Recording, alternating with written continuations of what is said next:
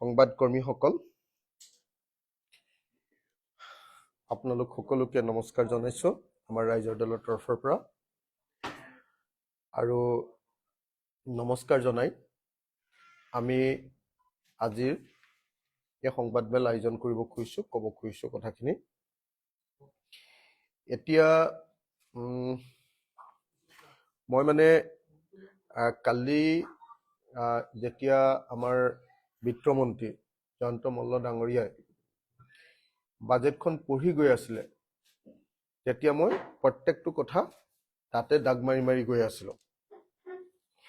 তাৰপিছত ৰাতি আহি গোটেই বাজেট স্পীচটো আকৌ এবাৰ পঢ়িলো। গোটেই স্পীচটো আকৌ এবাৰ ভালকে পঢ়িলো, তন্নতন্নকে বাজেট স্পীচটো।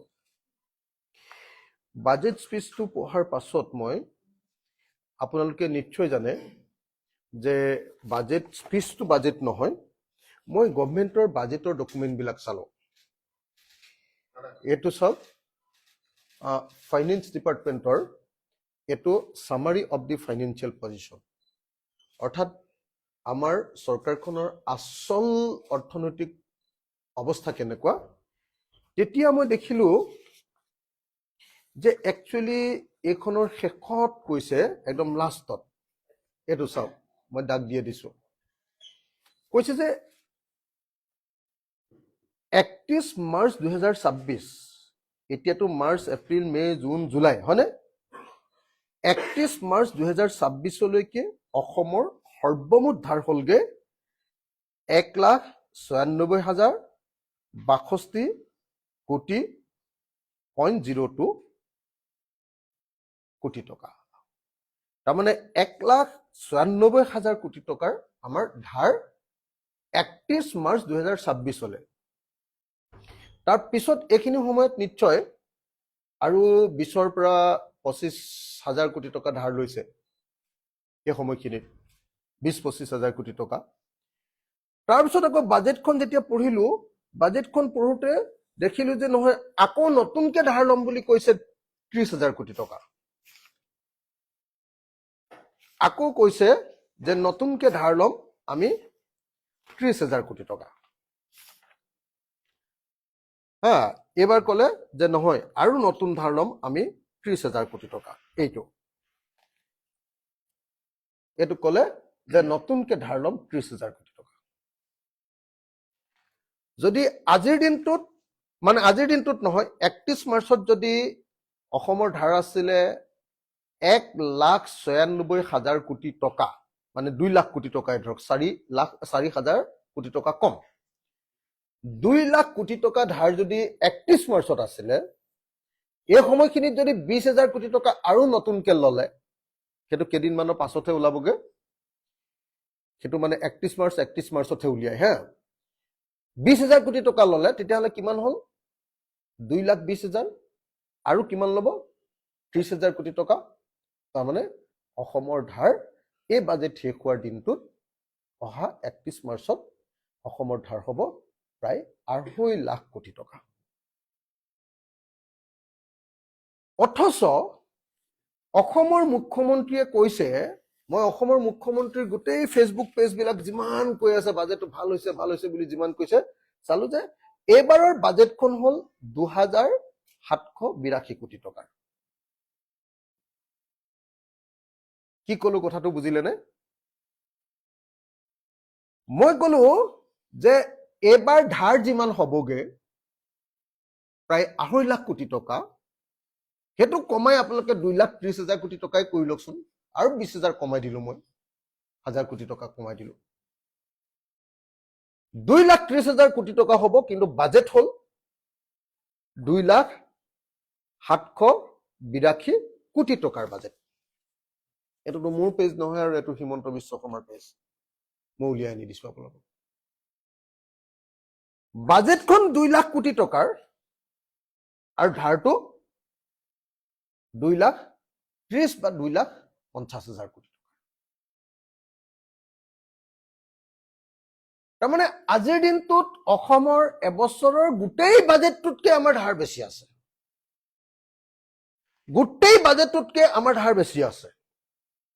তাৰ পাছত মই চৰকাৰৰ আৰু এটা বস্তু চালো একচুয়ালি একদম আটাইতকৈ যেটো অৰ্থনৈতিক অৱস্থা কেনেকুৱা এইটো চাবৰ কাৰণে যেটো বস্তু আপোনালোকে পঢ়িব লাগে সেই কিতাপখন হল এইখন Statement laid before the Assam Legislative Assembly as required under the Assam Fiscal Responsibility and Budget Management Act 2005 2026-27 Jayanta Malla বৰুৱাই ইয়াত কি কৈছে জানেনে যে আমাৰ যেটো গ্ৰোথ ৰেট আমাৰ যেটো জিডিপি গ্ৰোথ ৰেট বুঝছে না সেই জিডিপি গ্ৰোথ ৰেটটোতকে আমাৰ ধাৰ লোৱাৰ যেটো গ্ৰোথ ৰেট লোনৰ যেটো গ্ৰোথ ৰেট হেতু বহুত বেছি আমাৰ জিডিপিৰ গ্ৰোথ ৰেট বুজি লব দেই জিডিপি টুক আমাক মানে অসম চৰকাৰ হয় মানে হেতু জিএসডিপি বুলি কয় জিএসডিপি মানে গ্ৰছ ষ্টেট ডমেষ্টিক প্ৰডাক্ট জিএসডিপিৰ যেটো গ্ৰোথ ৰেট সেই জিএসডিপিৰ গ্ৰোথ ৰেটতকে আমাৰ কি কয় মই যদি জিএসডিপিৰ গ্ৰোথ ৰেটটো এটো কাৰেন্ট প্ৰাইসেছত কৈছে কাৰেন্ট প্ৰাইসেছত কলে মানে এটো বেছি দেখুৱাব পাৰে আৰু সেইকাৰণে তেওঁলোকে কাৰেন্ট প্ৰাইসেছত কৈছে তথাপি মই আপোনাক দেখুৱাইছো হিমন্ত বিশ্ব শৰ্মা চৰকাৰৰ দিনত জিডিপিৰ গ্ৰোথ ৰেট 2021-22ত আছিল 18.9% 22-23ত আছিল 14% 23-24ত আছিল 12% 24-25ত আছিল 9.8% আৰু 25-26ত দেখুৱাইছে 8% আৰু 26-27ত কি হ'ব হেতু এতিয়ালৈকে দেখাব পৰা নাই তাৰমানে আমাৰ জিডিপিৰ গ্ৰোথ ৰেট এই সময়ত 8% আৰু আমাৰ ধাৰৰ গ্ৰোথ ৰেট কিমান মই যদি এতিয়া আপোনালোকক দেখুৱাও ধাৰৰ গ্ৰোথ ৰেট ধাৰৰ যদি গ্ৰোথ ৰেট মই দেখুৱাও তেতিয়া হলে আপোনালোকে আচৰিত পাব যে আমাৰ ধাৰৰ গ্ৰোথ ৰেট কিন্তু তাতকে বহুত বেছি মইতো দেখুৱালো আপোনালোকক যে 8% গ্ৰোথ ৰেট এটো আমাৰ ধাৰৰ গ্ৰোথ ৰেটটো এইটো ৰব দেই ধাৰৰ গ্ৰোথ ৰেট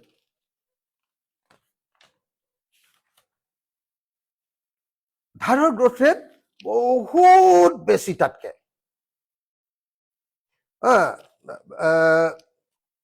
ধাৰৰ গ্ৰোথ ৰেটটো ইমান বেছি যে যত 8% আমাৰ নিজৰ গ্ৰোথ হৈছে সেই সময়ত ধাৰৰ গ্ৰোথ ৰেটটো ভাঙিটো হলে ভাল আছিল এইটো ধাৰৰ গ্ৰোথ ৰেট চাব দেই মই আগতে গাই দিছিলো ম্যাক্সিমাম তাত 14 আছিল ইয়াত 2021-22ত ধাৰৰ গ্ৰোথ ৰেটটো হল 23.1% হিমন্ত বিশ্ব শৰ্মা চৰকাৰৰ দিনত 2022-23ত এটো হলগে 23.9% 23-24 2023-24ত ইয়ে হলগে 24.7% আৰু 24-25ত ই হলগে 25.1% যত আমাৰ জিডিপিৰ গ্ৰোথ ৰেট বাঢ়িছে মাত্ৰ 8%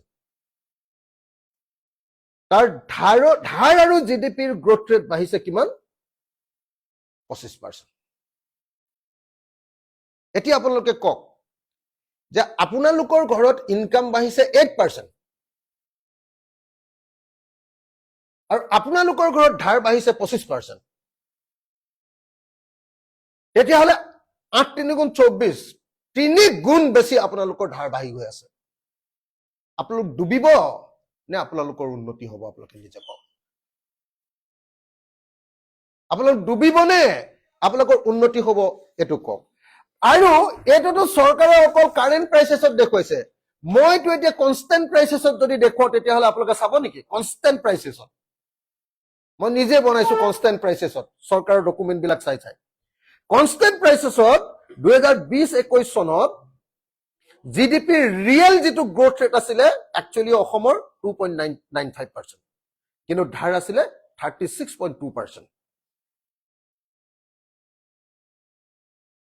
2021-22ত মানে হিমন্ত বিশ্ব শৰ্মাৰ একদম মুখ্যমন্ত্ৰী হোৱাৰ পাছত জিডিপি গ্ৰোথ ৰেট আছিল কনস্ট্যান্টত সলিতটো তাৰমানে গোটেই এনেই দি দিয়ে সলিত কাৰেন্ট প্ৰাইসেছত কিন্তু কনস্ট্যান্টটো কি হয় মূল্য বৃদ্ধি ধৰি ধুনিয়াকে একচুয়াল হিসাবটো উলাই সেইকাৰণে মানে ৰিয়েল গ্ৰোথ ৰেট বুলি কলে কনস্ট্যান্ট প্ৰাইসেছত বুজায় real growth rate Himanta Biswa শৰ্মাৰ দিনত 21-22ত আছিলে 4.16%, 2022-23ত আছিলে 8.89%, আৰু 2023-24ত আছিলে 13.33%. আৰু এই সময়খিনিত ধাৰ কিমান বাঢ়িছে জানে? এই সময়খিনিত ধাৰ বাঢ়িছে 39, কি কয়, য'ত 4.16% GDP গ্ৰোথ ৰেট হৈছিলে, ধাৰ বাঢ়িছে সেইখিনি 39.7%. এইটো ৰিয়েল প্ৰাইচেছত দেই, এইটো কনষ্টেণ্ট প্ৰাইচেছত. আৰু 22-23ত য'ত হিমন্ত বিশ্ব শৰ্মাৰ GDP বাঢ়িছিলে চৰকাৰৰ 8.8%, তাত আমাৰ ধাৰ বাঢ়িছিলে 44.9%. আৰু 2023-24ত য'ত আমাৰ ৰিয়েল প্ৰাইচেছত, কনষ্টেণ্ট প্ৰাইচেছত, আচল অৰ্থত GDPৰ গ্ৰোথ ৰেট হৈছে 13.33%, সেই সময়ত আমাৰ ধাৰ বাঢ়িছে 47.4%. 47 পইণ্ট, মানে 50% মোটামুটি ধাৰ গ্ৰোথ ৰেট বাঢ়ি গৈ আছে.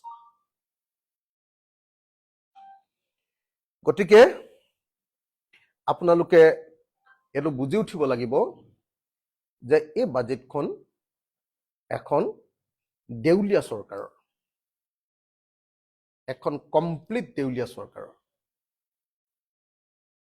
আনৰ পৰা ধাৰ আনে, আনৰ পৰা খুজি মাগি আনি মানুহক দেখুৱাবলৈ একেবাৰে ডাঙৰ বিয়া পতা যে কিছুমান মানুহ আছেনে নাই? নিজৰ ঘৰত একো ইনকাম নাই, কিন্তু বাহিৰলৈ যেতিয়া ওলাই যায় ঘৰখনত পানী পৰে, কিন্তু বাহিৰলৈ যেতিয়া উলিয়াই যায় চুট টাই পিন্ধি যায়. দেখিলে এনেকুৱা লাগে যেন তেওঁ IAS অফিচাৰ, অথচ নিজৰ ঘৰখনত পানী পৰে. আজি অসমৰ ঘৰখনত পানী পৰি আছে. 47% লোনৰ গ্ৰোথ ৰেট, আৰু GDPৰ গ্ৰোথ ৰেট 8%.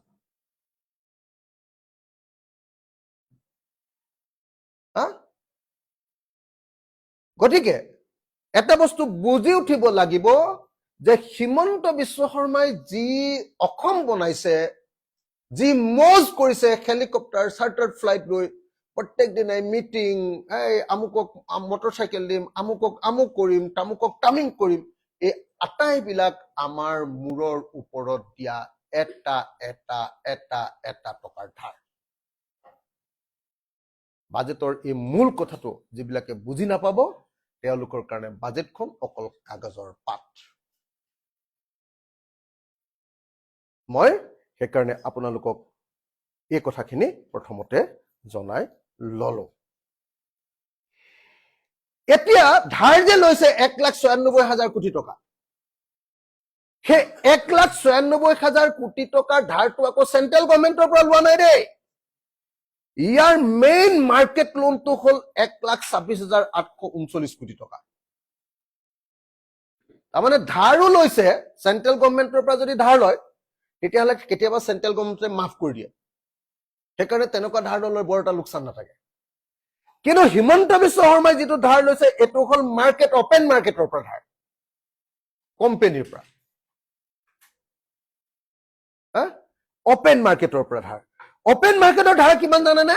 1,26,839. বাকী আটাইবিলাক লগালে, বিশ্ব বেংক, চিশ্ব বেংক সববিলাক যদি লগাই, ভাৰত চৰকাৰ, চাৰ্ট চৰকাৰ, আমাৰ গেৰাণ্টি জমা দি লোৱা ধাৰ বা এডভান্স লোৱা পইচা, সেই সববিলাক লগালে, বুজিছে নাই? চেন্ট্ৰেল গভৰ্ণমেণ্টৰ পৰা সববিলাক লগালে, বাকীকেইটা থাকেগে মাৰ্কেট লোনে কৈ গ'ল, য'ত 7ৰ পৰা 7.5% ইণ্টাৰেষ্ট দিব লাগে, 7ৰ পৰা 7.5% ইণ্টাৰেষ্ট দিব লাগে, তেনেকুৱা মাৰ্কেট লোনৰ পৰিমাণ হ'ল 1,26,839 টকা. এইটো মই দিয়া তথ্য নহয়, মই একদম বাজেটৰ ভিতৰৰ আচল বাজেট, মানুহবিলাকে সেই পঢ়ি দিয়াটোকে বাজেট বুলি ভাবে, সেইখন বাজেট ভাষণ. আচল বাজেটখন মই চাই এতিয়া দেখিলো, ধাৰ আছে, অপেন মাৰ্কেটৰ পৰা ধাৰ আছে 1,26,839 কোটি টকা. 1,96,000ৰ ভিতৰত 7ৰ পৰা 7.5 ইণ্টাৰেষ্ট ৰেট. আপোনালোকে ভাবক, 1,26,000 কোটি টকাত যদি ইণ্টাৰেষ্ট ৰেট সেইটো হয়, এইটো আৰু মৰণৰ বাহিৰেতো বেলেগ একো নাই। আকৌ এই বাজেটত কৈছে যে 30,000 কোটি টকাৰ ধাৰ ল'ম। আটাইতকৈ ইণ্টাৰেষ্টিং কথা যে এই বাজেটলৈ যিমান পইচা আহিব তাৰ 20% ধাৰৰ পৰা আহিব। 20% ধাৰৰ পৰা আহিব। কৰ পৰা কিমান আহিব এই পৰিমাণটো কৈ দিলে আপোনালোকৰ কাৰণে ভাল হ'ব। ইয়াত কৈছে যে কনচলিডেটেড ফাণ্ডৰ কাৰণে পইচা টোটেল আহিব, মানে একচুৱেল বাজেটখন 1,51,843.23 কোটি টকাৰ।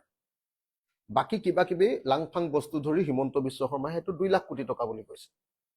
একচুৱেল এইবাৰৰ বাজেটখন 1,51,843.2 কোটি টকাৰ।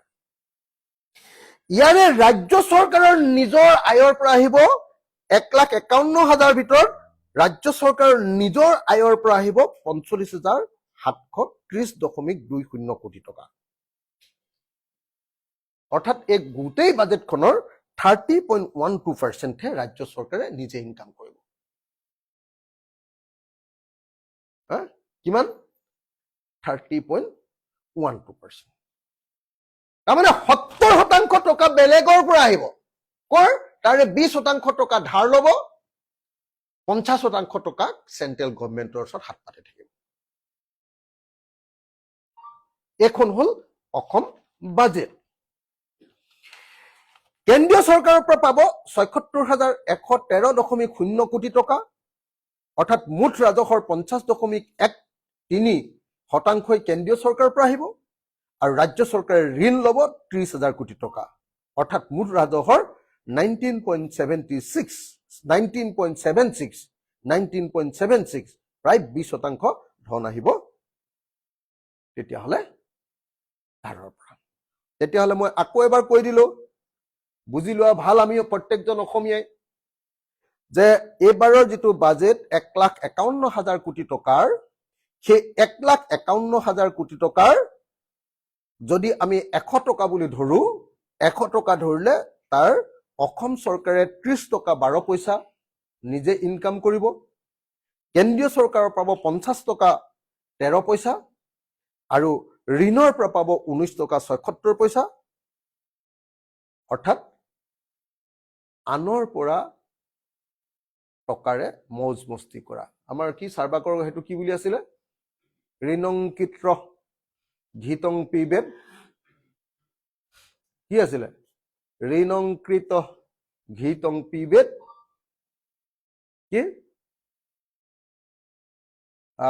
পাহৰিলো চবে। কেন্দ্ৰীয় চৰকাৰৰ পৰা পাব 50.13%, ধাৰৰ পৰা আহিব 20%, আৰু ৰাজ্য চৰকাৰৰ নিজৰ ইনকাম 30%।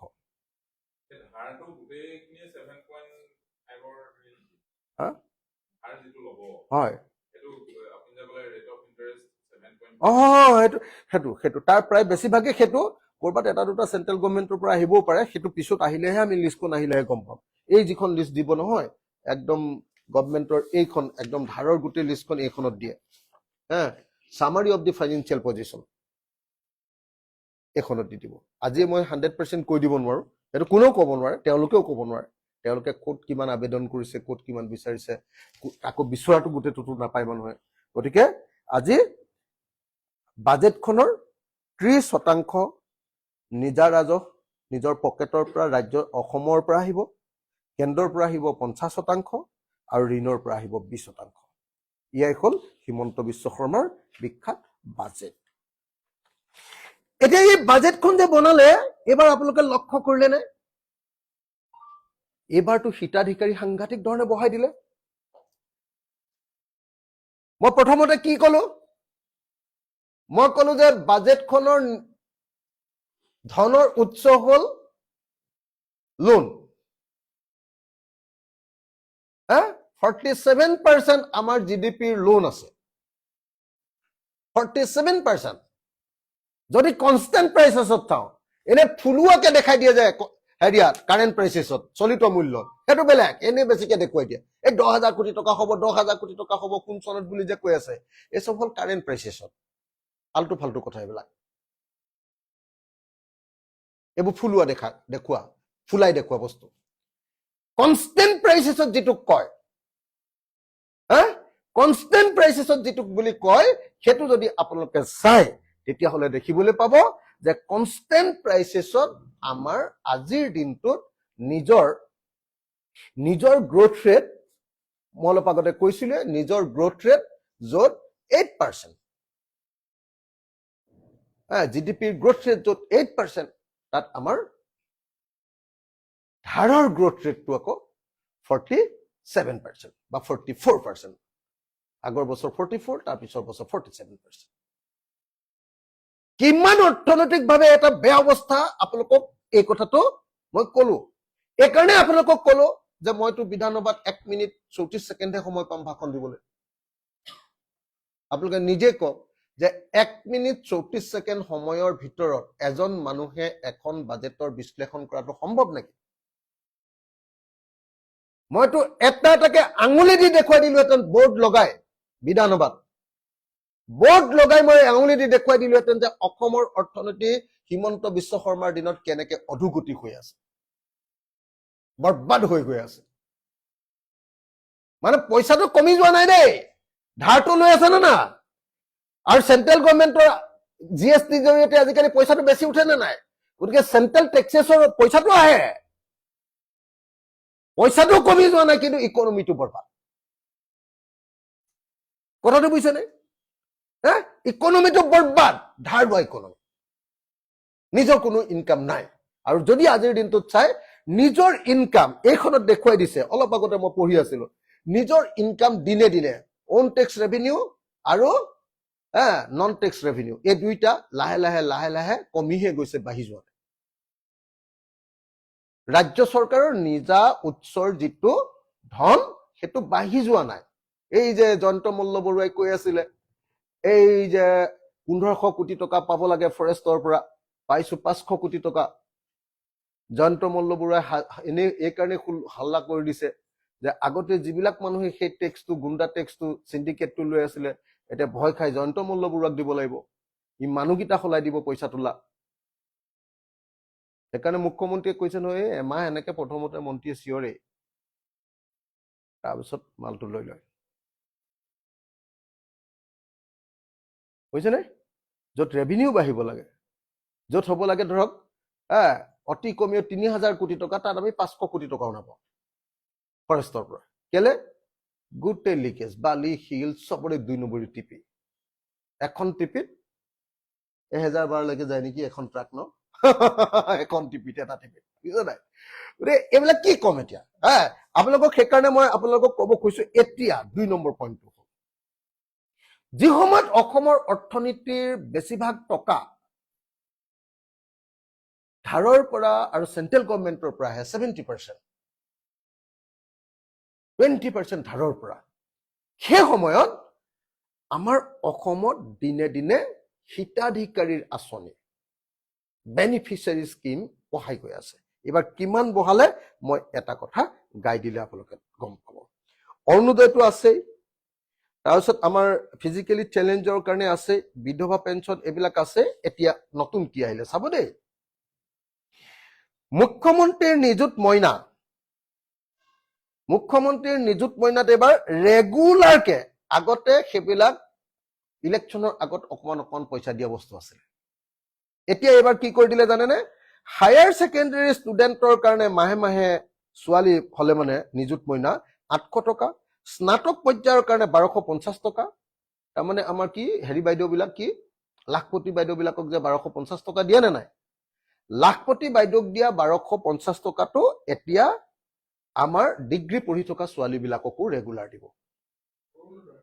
অৰুণোদয় যেনেকে দিয়ে 1250 টকা, সেই লাখপতি বাইদেউক দিয়া বা অৰুণোদয়ৰ 1250 টকাটো এইবাৰ ডিগ্ৰীৰ সকলো ছোৱালীক 1250 টকাকে দিব বুলি বাজেটত লিখি দিছে।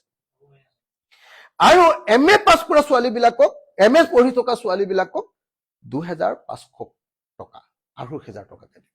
আকৌ কলো, হায়াৰ ছেকেণ্ডেৰীত 800 টকা, ডিগ্ৰীত 1250 টকা, আৰু MA বা MSCত 2500 টকা। স্কুটি অৱশ্যে বন্ধ কৰি দিব। মুখ্যমন্ত্ৰীৰ নিযুত বাবু আঁচনি এবাৰ ল'ৰাবিলাকক ডাইৰেক্টলি এবাৰ অৰুণোদয় দিব। ল'ৰাবিলাকক কি দিব? অৰ্থনৈতিকভাৱে পিছপৰা 4 লাখৰ তলৰ বাৰ্ষিক আয় পৰিয়ালৰ অবিবাহিত ছাত্ৰসকল স্নাতক পৰ্যায়ত অৰ্থাৎ ডিগ্ৰী পঢ়ি থাকিলে 1000 টকাকৈ আৰু MA পঢ়ি থাকিলে 2000 টকাকৈ নিয়মীয়াকৈ পইচা দিয়া হ'ব। এবাৰ অৰুণোদয় ডেকা ল'ৰাবিলাকৰ কাৰণে ডিগ্ৰী পঢ়ি থাকিলে 1000 আৰু MA পঢ়ি থাকিলে 2000 অৰুণোদয়। নামটো দিছে কি? নিযুত বাবু আঁচনি। নিযুত বাবু আঁচনি।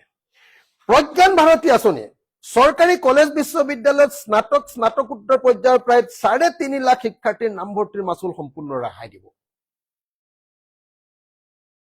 জীৱন প্ৰেৰণা আঁচনি নতুনকৈ ডিগ্ৰী সম্পূৰ্ণ কৰা প্ৰায় 48,000 নিবনুৱা যুৱক যুৱতীলৈ স্বসংস্থাপনৰ বাবে মাহে 2500 টকাকৈ দিব। তাৰমানে আপুনি BA পাছ কৰি ঘৰত বহি আছে, তাৰে 48,000 ষ্টুডেণ্টক, তাৰমানে বিজেপি কৰা যিবিলাক ল'ৰা আছে, বিজেপি কৰা ল'ৰাবিলাকক মাহে মাহে 2500 অৰুণোদয় দিব। অৰুণোদয় বুলি নামটো কৈ দিছো চবে মন জানে কাৰণে। অৰুণোদয় নহয়, এইটোৰ নাম দিছে জীৱন প্ৰেৰণা আঁচনি। 2500 টকা। কিমান মানুহক দিব আকৌ? 48,000 ল'ৰা ছোৱালী। এই মানে বিজেপি কিমান কেডাৰ আছে উলিয়াই লৈছে সিহঁতি। RSS হিচাপ দিছে সিহঁতক দিবৰ কাৰণে। এইটো 2,000 চলি থাক ভাইহঁত। জয় শ্ৰীৰাম কৈ থাকিবি আৰু মুছলমানৰ লগত মাজে মাজে কাজিয়া লাগি থাকিবি। হিন্দু মুছলমান কৈ থাকিবি, 2,000 টকা পাবি। স্কিমটোৰ নাম জীৱন প্ৰেৰণা আঁচনি। জীৱন প্ৰেৰণা মানে হিন্দু মুছলমানৰ কাজিয়া কৰিব পৰাৰ প্ৰেৰণা আঁচনি। গৱেষক ছাত্ৰলৈ অনুদান ৰাজ্যৰ বিশ্ববিদ্যালয় সমূহত PhD বা গৱেষণা কৰি থকা শিক্ষাৰ্থীসকলক এককালীনভাৱে 25,000 টকা দিয়া হ'ব। তেতিয়াহ'লে কি কি বাঢ়িলে? এবাৰ এই বাজেটখন হ'ল একমাত্ৰ এটা কাৰণতে বিখ্যাত। এই বাজেটখনে ছাত্ৰ আৰু ছাত্ৰী আৰু লগতে নিবনুৱা যুৱক যুৱতী সকলকো এইবাৰ অৰুণোদয় দিবৰ কাৰণে। নামটো বেলেগ আকৌ, নিযুত বাবু, নিযুত মইনা, জীৱন প্ৰেৰণা আঁচনি, এনেকুৱা ধৰণৰ নাম। মই নামটো বাৰু অৰুণোদয় বুলি কৈ দিলে চবে বুজি পাব আৰু এতিয়া। এনেকে অৰুণোদয় আঁচনি অন্তৰ্ভুক্ত কৰিছে। এতিয়া বহুতে ভাবিব পাৰে যে এইটো অকল ইলেকশ্যনৰ কাৰণে দিছে নেকি। মই আপোনালোকক মন দিবলৈ অনুৰোধ কৰিছো দেই। বহুতে ভাবিব পাৰে যে এইটো অকল ইলেকশ্যনৰ কাৰণে কৰিছে নেকি। অকল ইলেকশ্যনৰ কাৰণে নহয়, আমাৰ ৰাজ্যখনৰ অৰ্থনীতি ভাগি ছিগি যোৱাৰ কাৰণে, কাৰো ইনকাম নাইকিয়া হৈ যোৱাৰ কাৰণে, আৰু কাৰো ইনকাম নাইকিয়া হৈ যোৱাৰ অৱস্থাত গোটেই ল'ৰা ছোৱালীবিলাকে এতিয়া কলেজ স্কুল এৰি দিছে। ড্ৰপ আউট ৰেট সাংঘাতিক বৃদ্ধি পাইছে। আশ্চৰ্যকৰ ঘটনা। জানেনে আপোনালোকে হায়াৰ ছেকেণ্ডেৰী ক্লাছত কি বুলি কয় বৃত্তিমূলক শিক্ষা 26টা কোৰ্চ দিলে। 25টা বৃত্তিমূলক কোৰ্চ দিলে। একটাও ক্লাছৰুম দিয়া নাই, এটাও লেবৰেটৰী দিয়া নাই, এটাও জাগা দিয়া নাই, এতিয়ালৈকে পাঠ্যক্ৰম নাই, চিলেবাছ নাই, আৰু এতিয়ালৈকে এজনো টিচাৰ দিয়া নাই। তেতিয়াহ'লে হায়াৰ ছেকেণ্ডেৰী ল'ৰাখিনি সেইখিনি পঢ়িবই লাগিব, বৃত্তিমূলক শিক্ষাখিনি ল'বই লাগিব, বাধ্যতামূলক। সিহঁতি কেলে স্কুল যাব? কৈছে যে স্কুল যদি গৈ থাক তেতিয়াহ'লে তহঁতক আমি টকা 800কে দিম।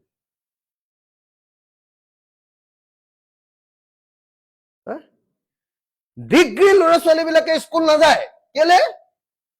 ডিগ্ৰী ক্লাছবিলাকতো এনেকুৱা ধৰণৰ নতুন বৃত্তিমূলক আঁচনি দি দিলে, যেনেকৈ ধৰক বিউটিচিয়ান পঢ়িবই লাগিব, য়োগা কৰিবই লাগিব, আৰু নতুন কোৰ্চ দিবই লাগিব। কিন্তু এই যে 7th আৰু 8th ছেমিষ্টাৰ, আগতে 3 বছৰীয়া আছিলে, তাৰ কাৰণেহে ক্লাছৰুম বনাই থৈছিলে। এই যে এতিয়া 4 বছৰীয়া হৈ গ'ল আৰু 2টা ক্লাছ যে বাঢ়ি গ'ল 7th আৰু 8th ছেমিষ্টাৰ, তাৰ কাৰণে এটাও ক্লাছৰুম নাই। কোনো কলেজত ক্লাছৰুম নাই। কোনো কলেজত সেই যিবিলাক কোৰ্চ আহিলে সেই কোৰ্চবিলাকৰ এজনো টিচাৰ দিয়া নাই, একজনো টিচাৰ নাই, লেবৰেটৰী নাই। গতিকে ল'ৰা ছোৱালীবিলাকে কলেজলৈ কোনো যাবলৈ ইচ্ছা নকৰে। গতিকে গম পাই গৈছে যে এইবাৰ আকৌ অসমত ড্ৰপ আউট ৰেট ভাৰতবৰ্ষৰ ভিতৰত 1 নম্বৰ হ'ব। ভাৰতবৰ্ষৰ ভিতৰতে কলেজ আৰু স্কুল আধাতে এৰাৰ ক্ষেত্ৰত আকৌ অসম 1 নম্বৰ হ'ব। এতিয়া 3 নম্বৰ মানলৈ গৈছে, 1 নম্বৰ হ'ব। সেইকাৰণে কি কৰিছে, এই মই আকৌ কৈ দিলো, এই নিযুত মইনা আঁচনি, নিযুত বাবু আঁচনি, প্ৰজ্ঞান ভাৰতী আঁচনি, জীৱন প্ৰেৰণা আঁচনি, গৱেষক ছাত্ৰলৈ অনুদান, এইবিলাক হিতাধিকাৰী নতুনকে তৈয়াৰ কৰি লৈছে। এইটো হ'ল এনেকুৱা এটা অৰ্থনীতি, ধাৰ লৈ মৌজ কৰাৰ অৰ্থনীতি, ধাৰ লৈ হিতাধিকাৰী বনোৱাৰ অৰ্থনীতি। মানুহ এটাই আমাৰ গাঁওবিলাকত কি কৰে, KCC লোনটো পালে, লোনটো পোৱাৰ দিনাই আটাইতকৈ দামী মদৰ বটল এটা আনে, গাহৰি মাংস 5 কেজি 10 কেজি মান কেতিয়াবা এটা গাহৰিয়ে কাটি দিয়ে, লোনৰ আধা টকা তাতেই গুচিয়ে যায়। সেইদিনাই প্ৰথম দিনাই চবে গাঁৱৰ মানুহ মাতি পইচা পাইছো বুলি নাচি ভাগি খাই খতম। আমাৰ চৰকাৰখনৰ কাৰবাৰটো এইটো হৈছে,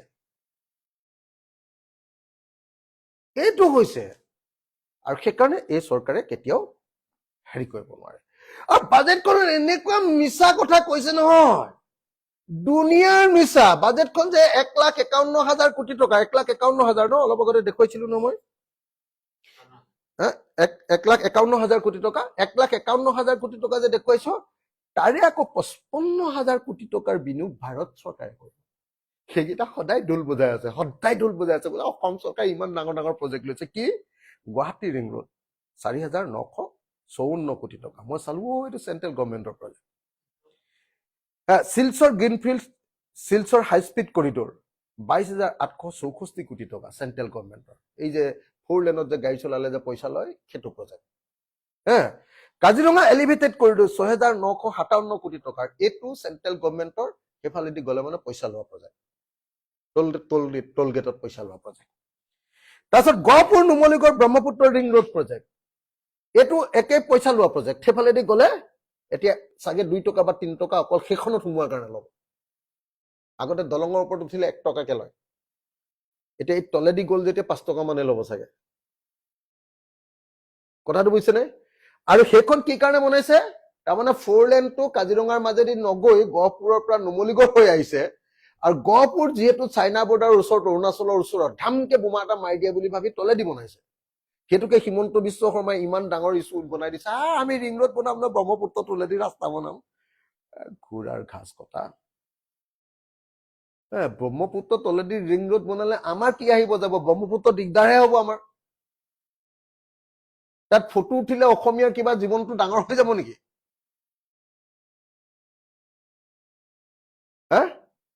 প্ৰত্যেকটো কামৰ কাৰণে মাজুলী যোৰহাট দলং 1400 কোটি টকা, ইয়াত বাজেটত দেখুৱাইছো। আৰে বাপৰে, সেইটো চেন্ট্ৰেল গভৰ্ণমেণ্টৰ প্ৰজেক্ট। বায়াতৰ তেজপুৰৰ 4 লেন 13,812 কোটি টকা, এইটো এই পইচা তোলা টোলগেট পাৰ্টি। এয়াৰপৰ্টটো জালুকবাৰী এলিভেটেড কৰিডৰ 3,423 কোটি টকা, সেইটো পইচা তোলা পাৰ্টি।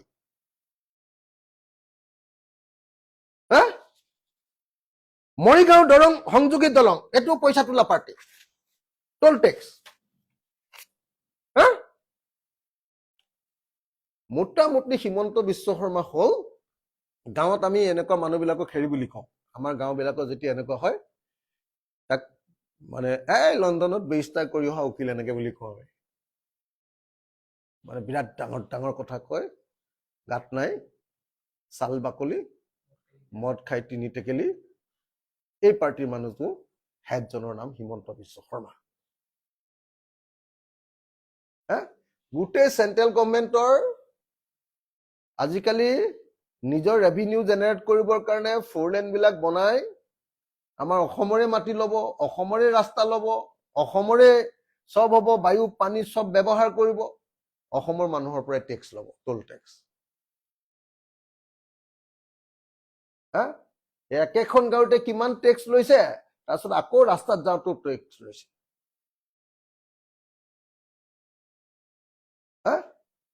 তো এই বস্তুবিলাকেৰে এখন ফুলাম বাজেট বনাই দিছে, ফুলাম বাজেট, মিনিংলেছ এখন ফুলাম বাজেট। এতিয়া ইণ্টাৰেষ্টিং কথাটো, মোৰ মানে হাঁহি আছো দেই। মই মানে হিমন্ত বিশ্ব শৰ্মাৰ কি কয় আমাৰ ইয়াৰ নামটো কি আছিলে, হেৰি কি নাম আমাৰ বিত্তমন্ত্ৰী, জয়ন্ত মল্লৰ বাজেটখন পঢ়ি মই কালি ৰাতি বিচনাত শুই শুই পঢ়ি আছো। পঢ়ি থাকোঁতে কালিতো মই ইয়াক শুনিছিলোৱে, ই পঢ়োতে সংস্কৃত গীতা এটাও ভালকে গাব পৰা নাই, গোটেই ভুল ভুল উচ্চাৰণটো, চব কথাতে সংস্কৃত বাদ দিয়ক অসমীয়াতে উচ্চাৰণ ভুল ভুলকে পঢ়িছে সি। বাজেটখন পঢ়োতেই তাৰ দিগদাৰ হৈছে। তেতিয়াই মই গম পাইছো যে এইখন বেলেগে লিখি দিয়া বাজেট। কোনে? তাৰ পিছতহে দেখিলো এই বাজেটখনতো একো নাই। এই বাজেটখন হ'ল কমপ্লিটলি হিমন্ত বিশ্ব শৰ্মাৰ 2016 আৰু 17 চনৰ যিখন বাজেট, প্ৰথম যে বিত্তমন্ত্ৰী হৈ যে একদম চুৰিয়া চাদৰ, একদম আপোনালোকৰ মনত আছে নাই, একদম যে পাটৰ চুৰিয়া চাদৰ পিন্ধি যে ভাষণ এটা মাৰিছিলে, আপোনালোকৰ টিভি বিলাকতে একদম ধুনীয়া যে হিমন্ত বিশ্ব শৰ্মাৰ যে ছবি দিছিলে, তাত যে কৈছিলে অষ্টাদশ মুকুতাৰ উন্নয়নী মালা, 18খন যে আঁচনিৰ জৰিয়তে অসমখন বদলাই দিম বুলি যে কৈছিলে, অষ্টাদশ মুকুতাৰ উন্নয়নী মালা, সেই অষ্টাদশ মুকুতাৰ উন্নয়নী মালাৰ অৰ্থাৎ জয়ন্ত মল্ল বৰুৱাৰ গুৰুৰ যিটো প্ৰজেক্ট আছিলে, সেই প্ৰজেক্টটোত খালি এনেকে এনেকে এনেকে এনেকে এনেকে এটা এটা কিবা কিবি এটা মিলা নিমিলা এনেকে কেইটামান বস্তু তাতে জাপি দিছে। মই কনফাৰ্ম যে জয়ন্ত মল্লক বহুৱাই হিমন্ত বিশ্ব শৰ্মাই কৈ আছে, জয়ন্ত মোৰ এইটো লগাই দে। লগত অফিচাৰ আছে, অফিচাৰে লিখিছে, জয়ন্তই হ'ব দাদা কৈ আছে। মই কনফাৰ্ম এই বাজেটখন জয়ন্তই লিখা বাজেট নহয়।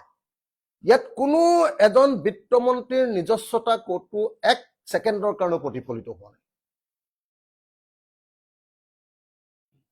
এই বাজেটখনত হিমন্ত বিশ্ব শৰ্মাই বেছিকে সময় নাপায়, মুখ্যমন্ত্ৰী য'ত ত'ত ঘূৰি ফুৰে, অনবৰতে চাৰ্টাৰ ফ্লাইটখন ষ্টাৰ্টে দি থৈ দিয়ে, হেলিকপ্টাৰখনৰ পাংখা ঘূৰিয়ে থাকে, গতিকে তেওঁ গাটো ৰমক জমক লাগি থাকে। যেতিয়া আমাৰ নিচিনা একদম লোৱাৰ মিডিল ক্লাছ পৰিয়ালৰ মানুহ এটা গৈ এতিয়া ডেইলি চাৰ্টাৰ ফ্লাইট আৰু যেতিয়া হেলিকপ্টাৰত উঠে, সেই মানুহটোৰ গাখন কিমান হাতখন হৈ থাকিব। ইফালে তেওঁ হেলিকপ্টাৰৰ সেইখন ঘূৰি থকা দেখিয়ে থাকে, গতিকে বেছিকে ৰৈ থাকিব নোৱাৰে, তেওঁতো ঘূৰি ফুৰে হিমন্ত বিশ্ব শৰ্মা। ঘূৰি ফুৰাৰ মাজতে কেতিয়াবা ফটকে টাইম অকণ উলিয়াই, আছো না মই অফিচাৰ কেইজনকো মাত দিয়ে এনেকে বুলি কয়, বহুৱাই লৈ কয়, মোৰ আমুক নম্বৰ মুকুতা মালাটোত কি আছিলে চাচোন, সেইটোত এইটো ভৰাই দে। অফিচাৰজনে লিখে আৰু তাৰপিছত জয়ন্ত মল্ল বৰুৱাই হয় দাদা, এইটো খুব ভাল হ'ব দাদা, এইটো খুব ভাল হ'ব দাদা, একদম আপোনাৰ কিন্তু এখন বনাইছিলে দেই, এনেকে কৈ বনোৱা এখন বাজেট মই কৈ দিলো আপোনাক। মাল মটং একো নাই, মিলাই নাই। অষ্টাদশ মুকুতি মালা বুলি কৈছে, কিন্তু অষ্টাদশ 18টা হোৱা নহলগেও নেকি, পিছৰকেইটা চাগে হিমন্তই টাইম নাপালে কবলৈ। ৰ'ব দেই, 18 নম্বৰ নহলগে যেন লাগি আছে মোৰ। ডিপাৰ্টমেণ্ট আহি গ'ল, কেইটা হ'লগে জানো, 18টা হ'লগে জানো, কেইটা হ'লগে, হ'লে বেছ হৈ গ'ল 18টা কৈছে দেই, যেন তেন মিলাইছেগে। যুগ এটাই দিছে, 20টা হৈছে, 18টা নহয়, 20টা নহয়, 22টা হৈ গৈছে। 22টা হৈ গৈছে, গজমিত্ৰ ফজমিত্ৰ এনেকুৱা দুটা এটা কিবা লগাই দিছে লগত। মোৰ কিন্তু বাজেটখন পঢ়ি বিৰাট ৰাতি হাঁহি উঠি আছে, মই বিচনাতে জঁপিয়াই আছো। সঁচাকে কৈছো, মই বিচনাতে জঁপিয়াই আছো। মই বোলো জয়ন্তক বিত্তমন্ত্ৰী বুলিতো ভাল টুপি দিলে দেই। ইয়াততো বিত্তমন্ত্ৰী জয়ন্তৰ কোনো অস্তিত্ব নাই। ইয়াততো গোটেইটো হিমন্ত বিশ্ব শৰ্মাৰ অষ্টাদশী মুকুতাৰ মালাটোহে আছে অকল। সেই একেটা মালাকে হিমন্তই হেৰিয়াক কৈ দিলে, কি কয় আমাৰ কি নাম এইটো, জয়ন্ত মল্ল বৰুৱাক কৈ দিলে, এইডাল মালা পিন্ধ। হ'ব দাদা, ইমান ধুনীয়া গোন্ধাইছে নহয়, এইটো কি কয়, বকুল ফুল গোন্ধাইছে দাদা, মালা নাই এনেকে জাপ পাৰি কৈছে আৰু লগে লগে হেৰিকেইটাই লিখিছে কি কয় আমাৰ ব্যুৰক্ৰেটছ কেইজনে লিখি গৈ আছে সেইকাৰণে মই এটা কথা বুজিলো মই ভাবিছিলো যে এইটো মানুহকনো বাৰু মানে ফাইনেন্স মিনিষ্টাৰ দিয়ে নে এইটো কি জানে মানুহটোৱে চব চেলেপু কথা কয় এটাও মানে সাবষ্টেন্স থকা কথা নকয় এইটো কি কাৰণে দিলে মানুহটোক ফাইনেন্স মিনিষ্টাৰ এতিয়াহে গম পালো যে যিটো মানুহে হিমন্ত বিশ্ব শৰ্মাৰ কথা হয় দাদা আপুনি যি কয় সেইটোৱে হয় বুলি ভৰি মালিচ কৰিব পাৰে সেইটো মানুহে ফাইনেন্স মিনিষ্টাৰ তাৰমানে হিমন্ত বিশ্ব শৰ্মাৰ কথাটোকে ৰিপিট কৰাটোৱে ফাইনেন্স মিনিষ্টাৰ আমাৰ হিমন্ত বিশ্ব বৰ ডাঙৰ বাজেট দি থৈছিলে অসমখন বদলাই দিছিলে সেই বাজেটখনতে এখন ভৰাই দিছে বেছি আৰু লাজ লাগিছে নাই এখন বাজেট দি জয়ন্ত মল্ল বৰুৱাৰ একোডাল নিজৰ বুলিবলৈ একোৱে নাই পঢ়োতেও ভুল উচ্চাৰ সংস্কৃতটোতো গাবই জনা নাই সেইটো বাৰু বাদ দিলো জুবিন দাই কৈয়ে গৈছে ইমান চোকা ল'ৰা নাছিলে বুলি সংস্কৃতটোতো বা গোৱাটো মোৰ মুখত ইমান ভালকে নুফুটিব বাৰু বাকী বিলাকৰো যদি ব্ৰাহ্মণ নহয় ফটকে নোৱাৰিব বা সংস্কৃত যদি একেৰাহে নপঢ়ে মই একেবাৰে হেৰিয়াতে পঢ়া ক্লাছ 8, 9, 10 সংস্কৃত পঢ়া পাহৰিলোগে আৰু এতিয়া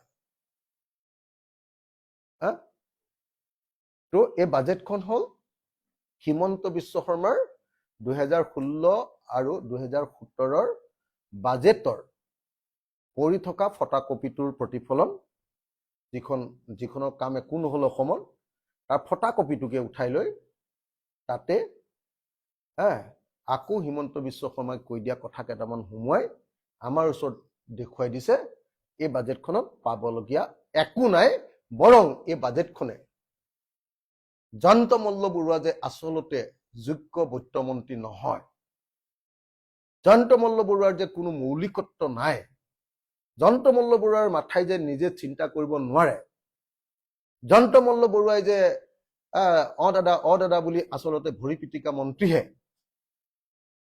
সেই কথাটোকে এই বাজেটখনে আকৌ এবাৰ প্ৰমাণ কৰিলে মই আগতে জানিছিলো বিত্তমন্ত্ৰীৰ নিচিনা মানুহজনক মোক ক'ৰবাত চিণ্ডিকেট চলাবলৈ দিব নেকি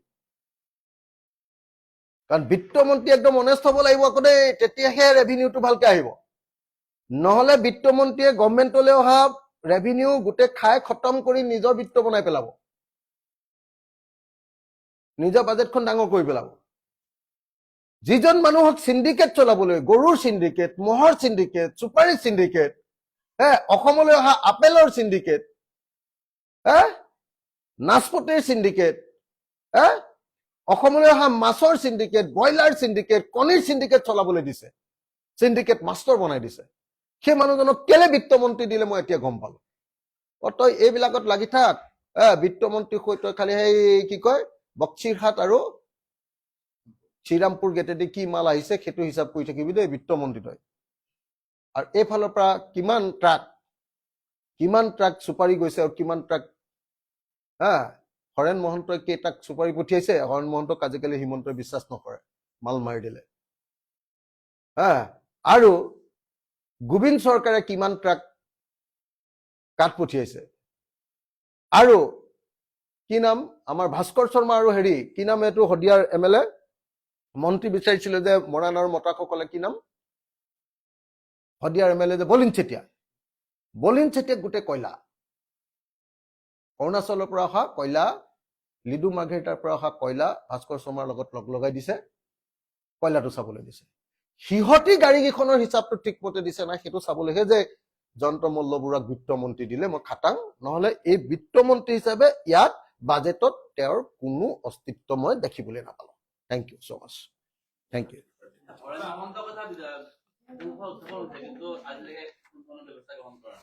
হৰেণ মহন্তৰ ওপৰত ব্যৱস্থা কেলে গ্ৰহণ কৰিব হৰেণ মহন্তক হিমন্ত বিশ্ব শৰ্মাই পইচা তুলিবলৈ দিছে এতিয়া তেওঁৰ লগত হেৰিয়াক লগাই দিছে আৰু যিকেইটা মানুহক এনেকে গুণ্ডা টেক্স তুলিবলৈ দিয়ে হিমন্ত বিশ্ব শৰ্মাই সিহঁতক আঠটা PSO দিয়ে PSO আঠটা মোক দিছে 3টা চবে সৰু সৰু 3টি পিস্তল লৈ থাকে এই যিকেইটা মানুহে হেৰি কৰে কি কয় পইচা তোলে সিহঁতক দিয়ে 8টা PSO আৰু চবে AK-47 লৈ থাকে মোতকে বহুত ওপৰত আমাৰ MLA-তকে বহুত ওপৰত পইচা কালেকশ্যন কৰা হৰেণ মহন্ত তাৰপিছত কি নাম এইটো এই নেপালী মানুহ এটা আছিলে নহয় হেৰিয়াৰ পইচা এটা গোবিন্দ কি এই তই নাজান লিডু মাৰ্ঘেৰিটাত হা কথাটো বুজি পাইছে নে সেইকাৰণে মই আপোনালোকক কথাখিনি কলো আশা কৰিছো যে আপোনালোকে কথাখিনি ভালকৈ অসমৰ ৰাইজক বুজাব অসমখন বৰবাদ কৰিবৰ কাৰণে এই বাজেটখন দিলে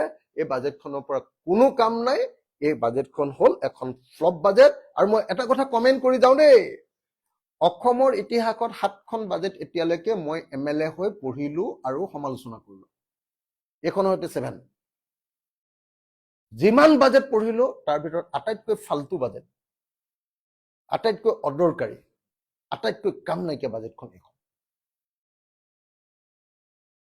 কবলৈ বেয়া সঁচাকে আটাইতকৈ কাম নাইকিয়া বাজেট এখন আৰু মানুহৰ এই বাজেটখনৰ প্ৰতি কোনো আগ্ৰহ গোটেই অসমৰ মানুহবিলাকক চক আগতে বাজেট আহিছে মানে চাই থাকে টিভি নাই এই বাজেটখনৰ প্ৰতি কোনো মানুহৰ কোনো ইণ্টাৰেষ্টে নাই থেংক ইউ সো মাচ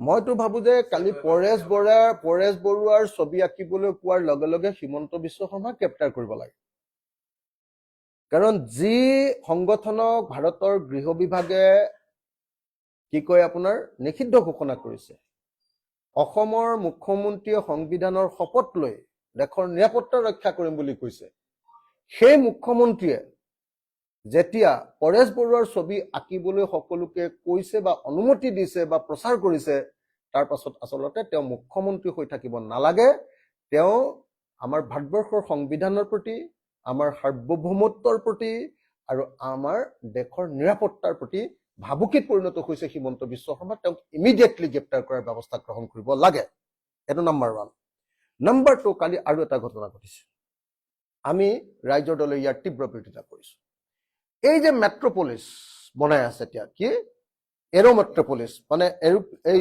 এয়াৰপৰ্টছত যে এৰো মেট্ৰপলিছ বুলি মানে এট্ৰ চিটি কি মেট্ৰ কি কয় আপোনাৰ এৰো চিটিতকে ওপৰত পলিছ কৰি দিছে এবাৰ তাতকে ওপৰত ডাঙৰ কালি বাজেটো ধৰিছে মাটিৰ কাৰণে 2100 কোটি টকা হা তাৰ যিজন প্ৰধান আন্দোলনকাৰী ৰাভা কি নাম আছিলে কি ৰাভা সেই ৰাভাক কালি গ্ৰেপ্তাৰ কৰিছে মই অতি সোনকালে অসমৰ ভূমিপুত্ৰ ৰাভা জনগোষ্ঠীৰ প্ৰতিনিধি আৰু এই যে মাটি কাঢ়ি লোৱা হিমন্ত বিশ্ব শৰ্মাৰ যিটো গেং সেই গেংটোৰ নিৰ্দেশত হিমন্ত বিশ্ব শৰ্মাই যে এই ৰাভাক যে গ্ৰেপ্তাৰ কৰিছে ৰাণীৰ পৰা মই ইমিডিয়েটলি আমাৰ সংগ্ৰামী ৰাভাক মুকলি কৰি দিবৰ কাৰণে দাবী জনাইছো আৰু এই সম্পৰ্কে মই মুখ্যমন্ত্ৰীক নিজেও এখন চিঠি লিখি তেওঁক মুকলি কৰি দিবৰ কাৰণে দাবী উত্থাপন কৰিম থেংক ইউ আদিত্য ৰাভা দেই নামটো আদিত্য ৰাভা দেই আদিত্য ৰাভা গ্ৰেপ্তাৰ কৰিছে